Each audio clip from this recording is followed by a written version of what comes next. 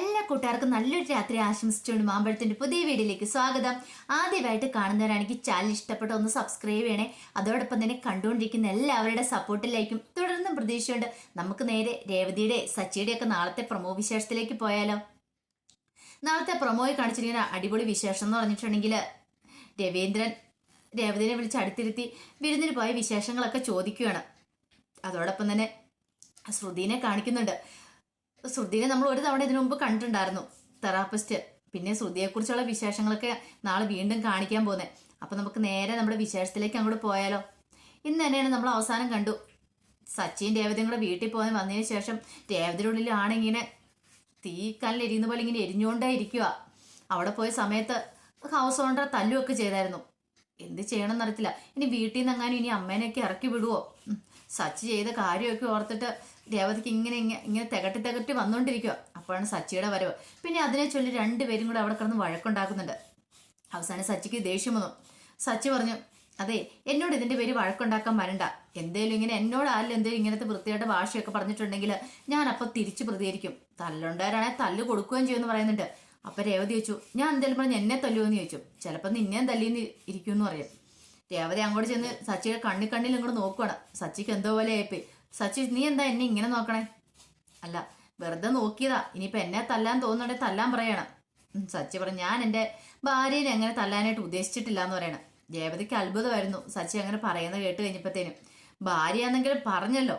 പക്ഷെ സച്ചിയുടെ സ്വഭാവത്തിന് സച്ചി അത്രയും പറയേണ്ടതല്ല. പിന്നെ രേവതി അങ്ങോട്ട് നേരെ ഹാളിലേക്ക് നിന്നിപ്പോൾ രവീന്ദ്രൻ ഇരിക്കുന്നുണ്ട്. രവീന്ദ്രൻ്റെ അടുത്ത് കണ്ടപ്പോൾ തന്നെ രേവതിൻ്റെ അടുത്തേക്ക് വിളിക്കുകയാണ്. എന്തുകൊണ്ട് മോളെ വീട്ടിൽ ചെന്റെ വിശേഷങ്ങളൊക്കെ, അമ്മയൊക്കെ എന്ത് പറയണമെന്നൊക്കെ ചോദിക്കുകയാണ്. സച്ചി പറഞ്ഞ അത്രയ്ക്ക് വിശ്വാസം വന്നിട്ടില്ല രവീന്ദ്രന്. ഇനി അവൻ വീട്ടിൽ ചെന്നിട്ട് വല്ല പ്രശ്നങ്ങളൊക്കെ ഉണ്ടാക്കിയോ? പറയാൻ പറ്റില്ല. അവന്റെ സ്വഭാവമായതുകൊണ്ട് അവനിവിടെ ഡെയിലി കള്ളു കുടിച്ചിട്ടാണ് വരുന്നത്. അപ്പൊ അവിടെ ചെന്നെങ്ങാനും മദ്യപിക്കുകയെങ്കിലും ചെയ്തോ? അതൊക്കെ ഓർത്ത് രവീന്ദ്രന്റെ പോയപ്പോൾ മുതൽ ടെൻഷനായിരുന്നു. പിന്നീട് രേവതി പറഞ്ഞേ, അങ്ങനെ ഒരു പ്രശ്നവും ഉണ്ടായില്ല അച്ഛാന്ന് പറയുന്നുണ്ട്. അപ്പൊ സംശയം തീർക്കാൻ വേണ്ടിയിട്ട് രവീന്ദ്രൻ ലക്ഷ്മി അമ്മേനെ വിളിക്കുകയും ചെയ്തായിരുന്നു. അപ്പൊ ലക്ഷ്മിയമ്മ പറഞ്ഞു, ഒരു കുഴപ്പമില്ല, ഇവിടെ വന്ന് സന്തോഷത്തോടെ രണ്ടുപേരും തിരിച്ചു പോയത്. പിന്നെ സച്ചി മീൻ വാങ്ങിക്കൊണ്ട് വന്നു. മീൻകറിയൊക്കെ വെച്ച് നല്ല വയർ നിറച്ച് ചോറൊക്കെ ഉണ്ട്. ഒരു കുഴപ്പമില്ലായിരുന്നു, സന്തോഷമായിരുന്നു പറയുന്നുണ്ടായിരുന്നു. അതൊക്കെ കേട്ട് കഴിഞ്ഞപ്പോൾ രവീന്ദ്രന് ശരിക്കും ഒരു സന്തോഷം വന്ന്. പിന്നീട് രേവതിനെ വിളിച്ച് അടുത്തിരുത്തി പറയുന്നുണ്ട്, നീ വന്നതിന് ശേഷം അവന് ഇത്രയും മാത്രം മാറ്റങ്ങളൊക്കെ ഉണ്ടായത്. ഇനി അവന്റെ മനസ്സ് മാറ്റാൻ നിനക്ക് കഴിയും. നീ അവന്റെ ഒപ്പം ഉണ്ടെങ്കിൽ അവന്റെ ജീവിതം ഇനി ഒന്നിനൊന്നും മെച്ചപ്പെട്ടു വരത്തുള്ളൂ മോളെ. നീയാണ് അവൻ ശരിക്കും അവന് ചേരേണ്ടിയിരുന്നത് എന്നൊക്കെ പറയുന്നുണ്ട്. പിന്നീട് രേവതിയോട് പറയുന്നുണ്ട്, ഇപ്പോഴെങ്ങനെയാണോ ഈ കുടുംബത്തെ നീ മുന്നോട്ട് കൊണ്ടുപോകുന്നേ, ഇനി ഇങ്ങനെ തന്നെ ആയിരിക്കണം വീണ്ടും. നീ അവന്റെ കാര്യങ്ങൾ ശ്രദ്ധിക്കണം. അവന്റെ സ്വഭാവം അറിയാലോ. അവന്റെ സ്വഭാവം മാറ്റിയെടുക്കേണ്ട കടമ നിന്റെയാന്നൊക്കെ പറയാണ്. രവീന്ദ്രന് ഭയങ്കര സന്തോഷം വന്നിട്ട് വീട്ടിൽ പോയെന്ന് വന്നതിന് ശേഷം സച്ചി ആളും ഭയങ്കര സന്തോഷത്തിലായിരുന്നു. വിരുന്നിന് പോയി വന്നതിന് ശേഷം അവിടുത്തെ അന്തരീക്ഷവും ആ ലക്ഷ്മി അമ്മേനെയും ദേവുവിനെയും എല്ലാം ഭയങ്കരമായിട്ട് നമ്മുടെ സച്ചിക്ക് ഇഷ്ടപ്പെട്ടു. ഈ ചന്ദ്രമതിയുടെ സ്വഭാവമൊന്നുമല്ലോ. ചന്ദ്രമതി ആണെങ്കിൽ ഒരു നേരാമണ ഒരു ഫുഡ് എടുത്തു കൊടുക്കില്ല. സച്ചിയുടെ ഒരു കാര്യങ്ങളും നോക്കാറില്ല. ഫുഡ് കഴിക്കാതിരിക്കുന്ന സമയത്ത് സച്ചി എങ്ങാനും ഡൈനിങ് ടേബിളിലേക്ക് വന്നിട്ടുണ്ടെങ്കിൽ ചന്ദ്രമതി ഞങ്ങൾക്ക് തിരിഞ്ഞിരിക്കത്തുള്ളൂ. വേണമെങ്കിൽ സച്ചി വിളമ്പി കഴിച്ചോണം, അല്ലെങ്കിലോ രവീന്ദ്രൻ്റെ എടുത്ത് കൊടുത്തോണം. പക്ഷെ അവിടെ അങ്ങനെയല്ലായിരുന്നു. ലക്ഷ്മിയമ്മ കഴിക്കുമോനെ എന്നൊക്കെ പറഞ്ഞ് അത് വേണോ ഇത് വേണം എന്നൊക്കെ ഇങ്ങനെ വാരി ഊട്ടിക്കൊണ്ട് നടക്കുമായിരുന്നു. അതൊക്കെ സച്ചിനെ സംബന്ധിച്ചിടത്തോളം എന്ന് പറഞ്ഞിട്ടുണ്ടെങ്കിൽ അച്ചമ്മ കഴിഞ്ഞിട്ടുണ്ട് പിന്നെ കിട്ടുന്ന പരിഗണന കിട്ടിയത് രേവതിയുടെ വീട്ടിൽ നിന്നാണ്. അതൊക്കെ സച്ചിക്ക് പെട്ടെന്ന് മറക്കാൻ പറ്റില്ല. അപ്പൊ രവീന്ദ്രന് മനസ്സിലായി സച്ചിക്ക് നല്ല സന്തോഷമായിട്ടുണ്ട് അവിടെ പോയിട്ട് വന്നതിന് ശേഷം. പിന്നെ കാണിക്കുന്ന മറ്റൊരു വിശേഷം എന്ന് പറഞ്ഞിട്ടുണ്ടെങ്കിൽ സുധീയുടെ അടുത്തേക്ക് ചെല്ലുന്നുണ്ട് ചന്ദ്രമതി അവിടെ ചെന്നിട്ട് സുധിക്ക് കുറച്ച് പൈസയൊക്കെ കൊടുക്കുന്നുണ്ട്. എത്ര കൊണ്ടാലും ചന്ദ്രമതി പഠിക്കില്ല. സുധീനെ എങ്ങനെയാലും നന്നാക്കണം. സുധികാരെ കയറിപ്പോണം, അത് മാത്രമേ ഉള്ളൂ. അന്നെങ്കിൽ സച്ചിനെയോ രവീന്ദ്രനെയോ അവരുടെ കാര്യത്തെക്കുറിച്ചൊന്നും ചന്ദ്രമതിക്ക് ഒരു ചിന്ത പോലും ഇല്ല. ഈ സമയത്താണ് ബാമേനെ രേവതി വിളിക്കുന്നത്. ബാമയ്ക്ക് വയ്യായികയെന്ന് ഓർത്ത് വിളിച്ചിട്ടും കൂടി ഇല്ലല്ലോ. പിന്നെ ബാമേനെ വിളിച്ച് കാര്യങ്ങളൊക്കെ തിരക്കുവാണ്. പാവം ബാമ കാര്യങ്ങളൊന്നും അറിഞ്ഞില്ലായിരുന്നു. ചന്ദ്രമതി ഇങ്ങനെ ബാമയുടെ പേരും പറഞ്ഞ് വീട്ടിൽ നിന്ന് ഇറങ്ങുന്നുണ്ട്, സുധിയുടെ അടുത്തേക്ക് പോകുന്നുണ്ടെന്നൊക്കെ ബാമയ്ക്ക് അറിയില്ലല്ലോ. എന്നാൽ ബാമയോടൊന്നും പറഞ്ഞില്ല. പക്ഷെ രേവതി വിളിച്ചു കഴിയുമ്പോഴത്തേനും കള്ളത്തരങ്ങളൊക്കെ പൊളിയുവാണ്. പിന്നീട് ബാമ എന്ത് ചെയ്യുവാണ്, ചന്ദ്രമതിയെ രക്ഷിക്കാൻ വേണ്ടിയിട്ട് കുറെ നുണകളൊക്കെ പറയുന്നുണ്ട്. അസുഖത്തിന്റെ കാര്യങ്ങളൊക്കെ ചോദിക്കുമ്പോൾ തന്നെ വലിയ നുണകളൊക്കെയാണ് ബാമ പറയുന്നത്. അല്ലെങ്കിൽ പിന്നെ ചന്ദ്രമതി പിടിക്കപ്പെടുമെന്നറിയാം. തന്റെ പേരും പറഞ്ഞ് എന്തൊക്കെയോ കള്ളത്തരങ്ങൾ അവൾ കാണിച്ചിട്ടുണ്ട്.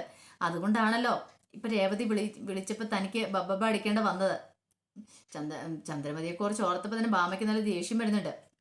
പിന്നീട് ഫോൺ വെച്ച് കഴിഞ്ഞിട്ട് നേരെ ചന്ദ്രമതിയെ വിളിക്കുകയാണ് ബാമ. ഭാമയ്ക്കും കൂടെ സങ്കടവും ദേഷ്യം സഹിക്കാൻ പറ്റിയില്ല. സുധീർ അടുത്തിരുന്ന് സുധീരെ ഊട്ടിക്കൊണ്ടിരിക്കുവായിരുന്നു ചന്ദ്രമതി. അപ്പോഴാണ് ഭാമയുടെ കോള്. ഭാമ വിളിച്ചിട്ട് നല്ല ചീത്ത പറയുന്നുണ്ട് ചന്ദ്രമതിനെ. ചന്ദ്രമതി, നീ ഞാൻ ഓർത്തോണ്ടിരുന്നേ എന്നോട് എല്ലാ കാര്യങ്ങളും പറയും, നീ എൻ്റെ ബെസ്റ്റ് ഫ്രണ്ടാന്ന് ഓർത്തായിരുന്നേ. പക്ഷെ നീ അങ്ങനെയല്ലെന്ന് എനിക്ക് മനസ്സിലായി.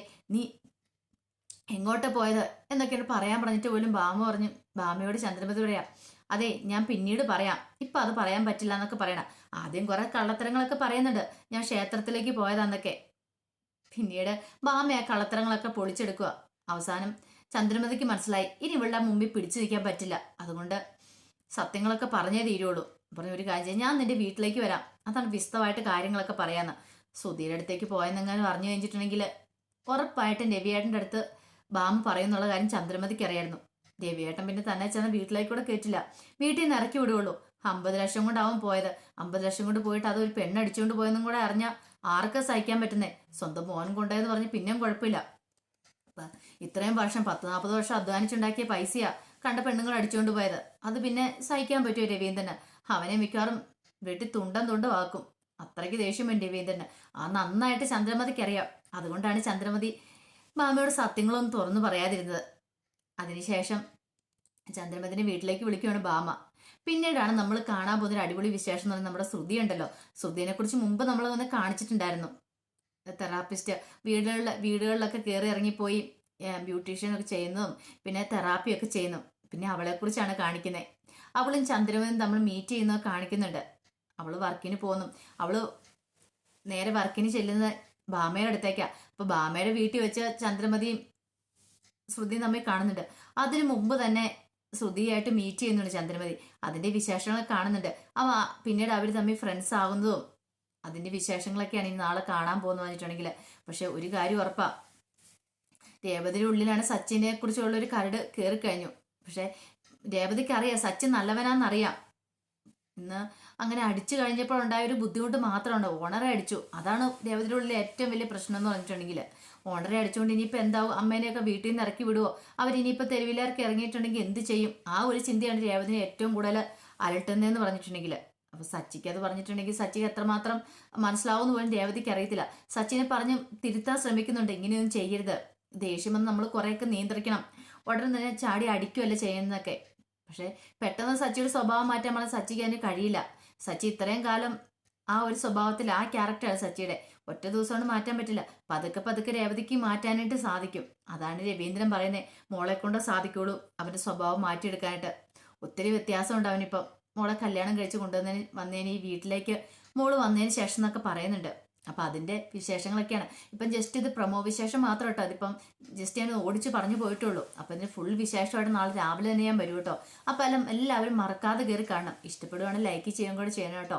ഒരിക്കൽ കൂടി എല്ലാവർക്കും നല്ലൊരു രാത്രി ആശംസിച്ചുകൊണ്ട് നിർത്തുന്നു. നന്ദി.